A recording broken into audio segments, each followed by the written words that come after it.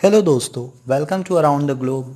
मैं हूं आपका दोस्त रोहित और आज हम एक ऐसे शख्स के बारे में बात करेंगे जो आज पूरी दुनिया के यंगस्टर्स और एंटरप्रेन्योर के लिए प्रेरणा बन चुके हैं। आशा करता हूं कि इनकी लाइफ आपको बहुत कुछ सिखाएगी। तो आइए आज हम बात करते हैं एलोन मस्क के लाइफ के बारे में कि कैसे ये शख्स इस सदी का सबसे बड़ा एंटरप्रेन्योर बना। उनकी ज़िंदगी के बारे में जानने से पहले हम इनके लाइफ के कुछ इंस्पिरेशनल कोट्स को देखते हैं। एंटरप्रेन्योर के तौर पे उन्होंने बहुत सारे अचीवमेंट्स किए, लेकिन उनके कोट्स भी कम इंस्पिरेशनल नहीं हैं। उन्होंने कहा है कि failure is an option here, if things are not failing you are not innovating. Failure एक ऑप्शन है आपके लाइफ में। अगर आप फेल नहीं होते हैं तो आप कुछ नया नहीं कर रहे हैं। आपको नया सीखने के लिए फेल होना पड़ेगा। If you are failing you are learning something new. When something is important enough you do it. जब कोई चीज़ आपके लिए ज़रूरी है तो आप इसे कीजिए, चाहे ऑड्स आपके फेवर में क्यों ना हो। फिर भी अगर ज़रूरी है तो उसको ज़रूर कीजिए। तो आइए अब जानते हैं एलोन मस्क के लाइफ के बारे में। एलोन मस्क का जन्म जून 28 1971 को प्रिटोरिया में हुआ था, जो कि साउथ अफ्रीका की एडमिनिस्ट्रेटिव कैपिटल के तौर पे जानी जाती है। वो अपने अर्ली लाइफ में डे ड्रीम्स में खोए रहते थे, जिसके चलते उनके पेरेंट्स ने कई बार डॉक्टर्स से भी दिखाया। उनके लाइफ का सबसे बड़ा वाक़या तब हुआ जब उनके पेरेंट्स ने डाइवोर्स ले लिया। वो उस समय 10 साल के थे। आप सोच सकते हैं कि 10 साल की उम्र में किसी बच्चे के पेरेंट्स अगर उससे अलग हो जाते हैं तो उन पे क्या गुजरती होगी। एलोन मस्क ने अपने फादर के साथ रहने का डिसीजन लिया, लेकिन वो डिसीजन भी उनकी लाइफ में कहीं ना कहीं गलत साबित हुआ। ऐसा कहा जाता है कि उनके फादर के साथ भी उनके रिश्ते अच्छे नहीं थे। इतना अकेलापन के बाद मस्क का इंटरेस्ट कहीं ना कहीं कंप्यूटर की तरफ जाने लगा और वो प्रोग्रामिंग सीखने लगे। महज 2 साल प्रोग्रामिंग सीखने के बाद उन्होंने पहली सॉफ्टवेयर डेवलप की जिसका नाम ब्लास्टर था, और 12 साल की ही एज में उन्होंने उस सॉफ्टवेयर को $500 में एक कंपनी को बेच दिया। उसके बाद अगर उनके एजुकेशन के बारे में देखते हैं तो 17 साल की एज में 1989 में मस्क कनाडा के क्वींस यूनिवर्सिटी चले गए। वहाँ से उन्होंने कनाडा की सिटीजनशिप ली। उनको पता था कि अगर यूएसए में जाके कुछ बड़ा करना है तो कनाडा ही एक रास्ता है जिसके थ्रू यूएसए जाया जा सकता है। 1992 में मस्क ने क्वींस यूनिवर्सिटी छोड़ दी और उसके बाद यूनिवर्सिटी ऑफ पेंसिल्वानिया चले गए और वहाँ से उन्होंने अपने इकोनॉमिक्स की पढ़ाई पूरी की। और पेंसिल्वानिया से पढ़ाई पूरी होने के बाद मस्क स्टैनफोर्ड यूनिवर्सिटी कैलिफोर्निया चले गए। वहाँ पीएचडी की डिग्री उन्होंने वहाँ पे उनको पीएचडी करनी थी एनर्जी फिजिक्स में, बट महज 2 दिन क्लास करने के बाद वहाँ से उन्होंने पढ़ाई छोड़ दी।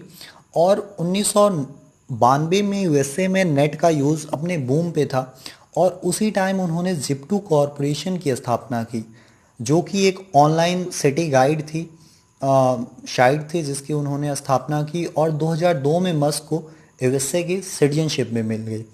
तो इनके करियर के बारे में देखते हैं। जिप्टू कॉरपोरेशन उनके लाइफ की पहली कंपनी थी, जो कि 1995 में उन्होंने अपने भाई किम्बल मस्क के साथ लॉन्च किया। 1999 में कॉम्पैक्ट कंप्यूटर ने जिप्टू को $307 मिलियन में खरीद लिया और $34 मिलियन उस कंपनी ने एज ए स्टॉक दिया मस्क को।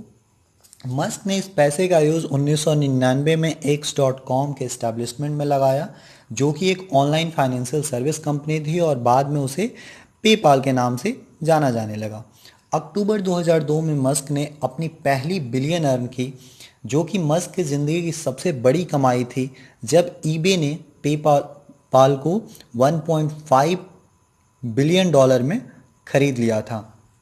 मस्क की ज़िंदगी की सबसे बड़ी ब्रेक थ्रू तब हुई जब उन्होंने 2002 में स्पेसएक्स का स्थापना किया। उससे भी बड़ी चीज़ स्पेसएक्स के लिए ये थी कि 2013 में जब उसने इतिहास बनाया अपनी एक रॉकेट जिसको कि फैल्कन 9 बोला जाता है, किसी भी इंटरनेशनल स्पेस में भेज के। ये किसी भी प्राइवेट कंपनी के लिए पहला मौका था जब वो अपने व्हीकल को इंटरनेशनल स्पेस स्टेशन में भेज रही थी।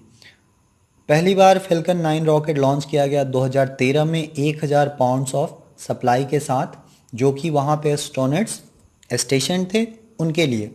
2013 में फाल्कन 9 ने सक्सेसफुली जियोसिंक्रोनस ऑर्बिट में एक सैटेलाइट इस्टेब्लिश किया, और 2015 में एक और ऑपरेशन लॉन्च हुआ जिसका नाम था डिस्कवर, जिसका full form deep space climate observatory था। इसका मेन एम सन से निकलने वाली एमिशंस जो कि अर्थ पे पावर ग्रिड और कम्युनिकेशन सिस्टम को प्रभावित करती थी, उसका पता लगाना था। उसके बाद मस्क टेस्ला के को फाउंडर रहे। टेस्ला कंपनी 2003 में इस्टेब्लिश्ड हुई, जिसका मेन मोटो बैटरी कार्स और सोलर रूफ एफोर्डेबल कॉस्ट पे प्रोड्यूस करना था। अगस्त 2016 में मस्क ने $2.6 बिलियन का डील किया इलेक्ट्रिक कार और सोलर एनर्जी कंपनीज के लिए। उसके बाद मस्क ने बहुत सारे फिलैंथ्रोपिस्ट काम भी किए, जिसके बाद उन्होंने मस्क फाउंडेशन की इस्टेब्लिशमेंट की, जो कि पूरी तरीके से स्पेस एक्सप्लोरेशन और डिस्कवरी ऑफ रिन्यूएबल एनर्जी के सोर्स में काम कर रही थी। अक्टूबर 2019 में मस्क ने $1 मिलियन डोनेट करने का प्रण लिया, जो कि एक कैंपेन के लिए था। इस कैंपेन का नाम था टीम ट्री कैंपेन, जिसका मेन एम पूरे विश्व में 20 मिलियन पेड़ लगाना था। तो आप देख सकते हैं कि मस्क ने ह्यूमन वेलफेयर के लिए भी बहुत सारा काम किया। आज मस्क की नेटवर्थ जो है 36.5 बिलियन है। मस्क को अगर फोर्ब्स के लिस्ट में देखा जाए तो बिलियनियर्स 2020 के लिस्ट में वो 31वें स्थान पे रहे। फोर्ब्स 400 2019 जो कि अमेरिका में जो भी रिच लोग हैं उनकी लिस्ट आती है, उसमें मस्क 23rd पोजीशन पे रहे, और इसमें फर्स्ट पोजीशन पे रहने वाले थे जेफ बेजोस जो कि अमेजोन के मालिक हैं। इनोवेटिव लीडर्स 2019 में फोर्ब्स ने उन्हें पहला स्थान दिया था। तो आप सोच सकते हैं कि इनकी इनोवेशन कितनी इम्पैक्टफुल रही होगी कि फोर्ब्स को इन्हें फर्स्ट पोजीशन देना पड़ा। पावरफुल पीपल 2018 के लिस्ट में मस्क को 25th पोजीशन मिला था। रिचेस्ट इन टेक 2017 में 12 पोजीशन मिला था, और ग्लोबल गेम चेंजर 2016 भी रह चुके हैं फोर्ब्स की लिस्ट में। तो हमने एक संक्षिप्त जीवन परिचय देखा एलोन मस्क का, कि कैसे एक इंसान स्ट्रगल करने के बाद इतनी ऊंचाइयों को छूता है। तो आई होप कि आपको बहुत सारी इन्फॉर्मेशन मिली होगी। अगर आपको वीडियो अच्छी लगी हो तो लाइक एंड शेयर करें और मेरे चैनल को सब्सक्राइब करें। Thanks for watching and God bless you.